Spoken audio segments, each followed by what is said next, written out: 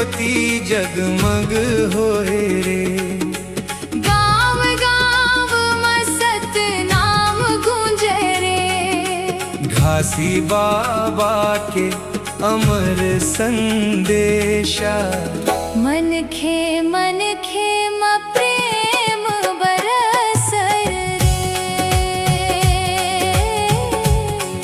ओ सतनाम के ज्योति जगमग होए रे।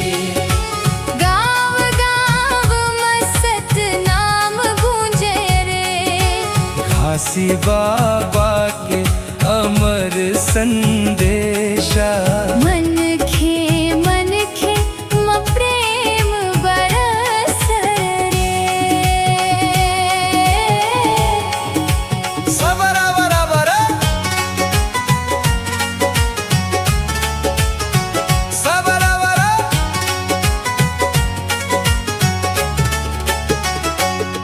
सफेद ध्वजा लेके चलब संगी।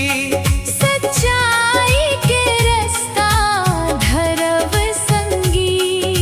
झूठ कपटला दूर भगा के सतनाम के दीप जरावब संगी। घासी बाबा कहिन सरल बतिया। सबो मन के एक समान। दया धरब औ प्रेम लुटावब। यही है बाबा के पहचान। सतनाम के ज्योति जगमग होए। गाँव गाँव मसत नाम गूंजे रे। घासी बाबा के अमर संदेशा। मन खे म प्रेम बरसय रे।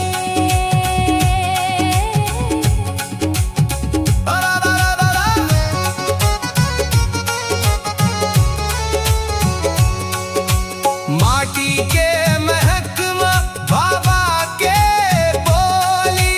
सच के सुर म बाजे बांसुरी। अंधियारा मन के दूर हो जावे जब गूंजे बाबा के वाणी। ना ऊंच नीच ना भेद भाव हो। सबके भीतर एक उजियारा। सत्य के राह म कदम बढ़ाव। सतनाम बनै जीवन सहारा। सतनाम के ज्योति जगमग होए। गाँव गाँव मसत नाम गूंजे रे। घासी बाबा के अमर संदेशा। मन खे म प्रेम बरसय रे।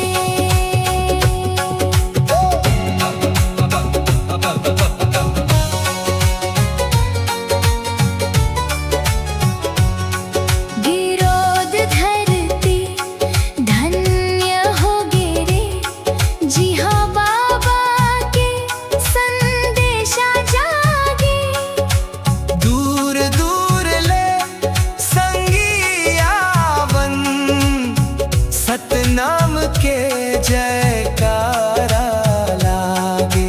ढोलक बाजे मांदर बाजे। भक्ति में झूमे नर और नारी।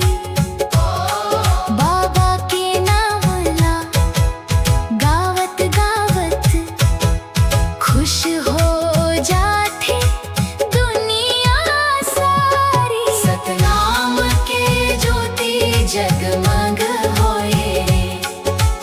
गाँव गाँव मसत नाम गूंजे रे। घासी बाबा के अमर संदेशा। मन खे म प्रेम बरसय रे।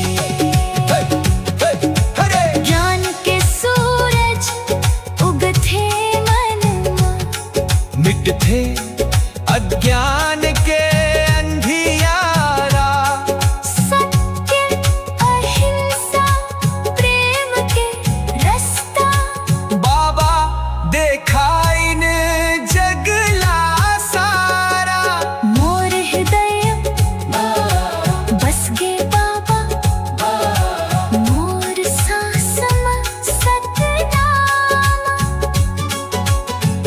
जन्म तक गावत रही हो।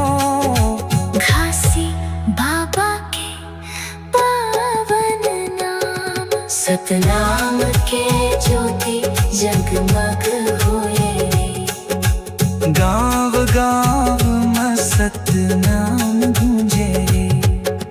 घासी बाबा के अमर संदेशा, मन खे माँ प्रेम बरसाए रे। आव संगी हाथ मिलाव, सत्य के गीत सुनाव, मन खे बन जाव। प्रेम के फूल खिलाव, सतना गूंजे चारों धाम। गुरु घासीदास बाबा के जय हो नाम।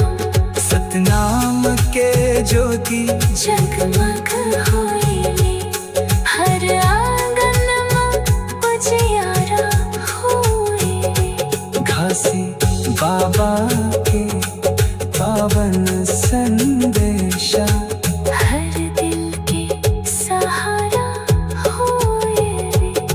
सतनाम सतनाम सतनाम सतनाम, गुरु घासीदास बाबा के